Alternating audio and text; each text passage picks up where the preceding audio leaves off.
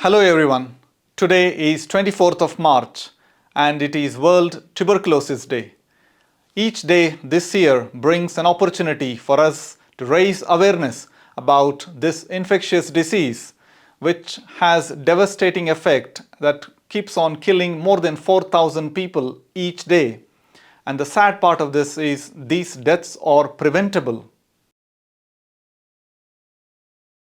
So what is tuberculosis or TB? It is an infection that is caused by a bacteria called Mycobacterium tuberculosis. Unlike other bacterial infections which we can shake it off with some simple antibiotics, the TB bacteria affects our body slowly. It takes a prolonged course. So the symptoms often are going on for months to years. How would somebody get TB? Say if I have TB in my lungs and if I'm coughing or sneezing next to you, you are at risk of catching that TB.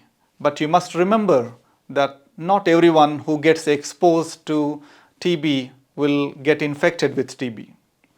There are people who might be vulnerable. So, for example, people with chronic liver disease, people who may have weakened immune system for a variety of reasons, including HIV, people who have diabetes which is not well controlled, people who are slightly older, people who have nutritional issues. So, if for whatever reason your immune system is weakened, then you might be at risk of getting infected with TB, especially if you are exposed to somebody who has TB. Or you might already have TB which may have been sitting in your body inactive for a long time, and because the immune system has become weak, the TB has become reactivated or it has kind of sprung back into action. Most people are aware of TB being an infection in the lungs, but not everyone knows the TB bacteria can affect other parts of our body, including the digestive system. As a medical gastroenterologist, I see patients who are affected with TB in the abdomen, TB in our digestive system. So this TB is somewhat unique in that it is not easy to make a diagnosis and the symptoms are often non-specific. So it depends on what part of the digestive system TB is affecting. It could be the food pipe, it could be the stomach, it could be the small intestine, or it could be in the large intestine. So the symptoms can vary depending on where TB is affecting the digestive system. It is not that common to see TB in the food pipe and the stomach, but we do see TB affecting the intestines frequently. And one specific area is this joining of the small and large intestine, what we call as the ileocecal area. One of the reasons for this is the TB bacteria is present here in abundant quantities because of this what we call as lymphoid tissue being concentrated in this part of the small intestine. And there is also a mixing of contents from the small and large intestine going on here, which also makes it more favorable for the TB bacteria to sit there and affect, and it gives it an opportunity for it to keep on multiplying. So what sort of symptoms can you expect? Say for example, if you have TB affecting the food pipe, you might have difficulty swallowing. If it is in the stomach, it can give you something similar to having an ulcer, like burning sensation, abdominal discomfort. But often we see TB affecting this part in the intestines. So if it is affecting the small intestine, because of repeated attacks of inflammation, the swelling, the intestine gets narrowed.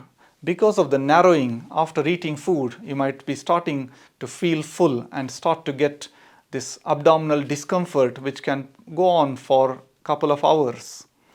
And TB affecting the large intestine can cause multiple areas of problems, including if there is a growth which keeps on growing and eventually causes a blockage, and that can cause obstruction where the stool cannot get out and you can suddenly develop severe constipation. There can be multiple areas of ulcers which can start causing loose motions.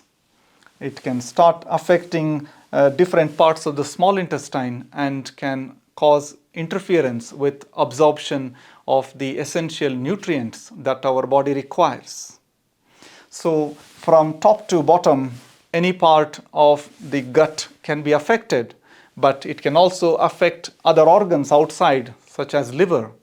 And we have something called peritoneum, which is basically a membrane or a covering or inside our abdomen. And it can affect the peritoneum, causing it to become inflamed. And this inflammation of the peritoneum can cause low-grade abdominal pain, fever, and it can also start to cause accumulation of fluid in the abdomen.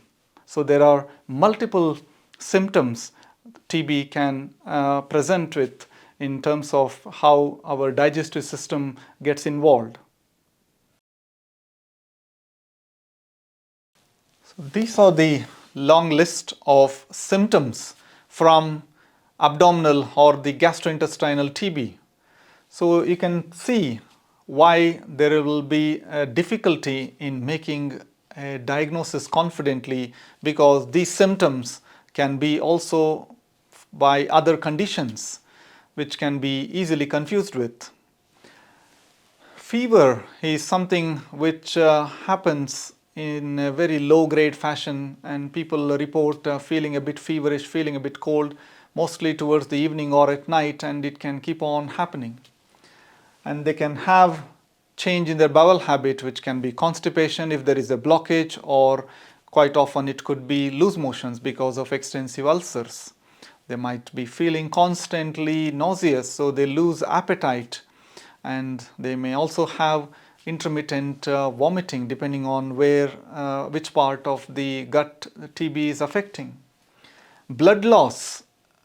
If there are extensive ulcers scattered in the gut, there can be internal bleeding, and sometimes this bleeding can be significant. So you might see the stool suddenly turned very black, or there might be bright red blood in the stool.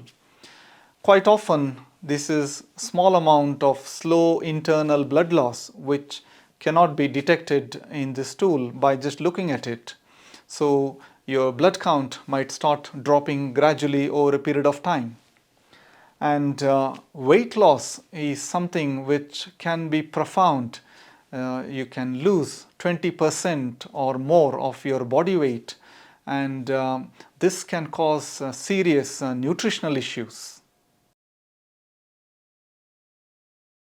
Abdominal TB is called as a great mimicker because it can mimic other conditions.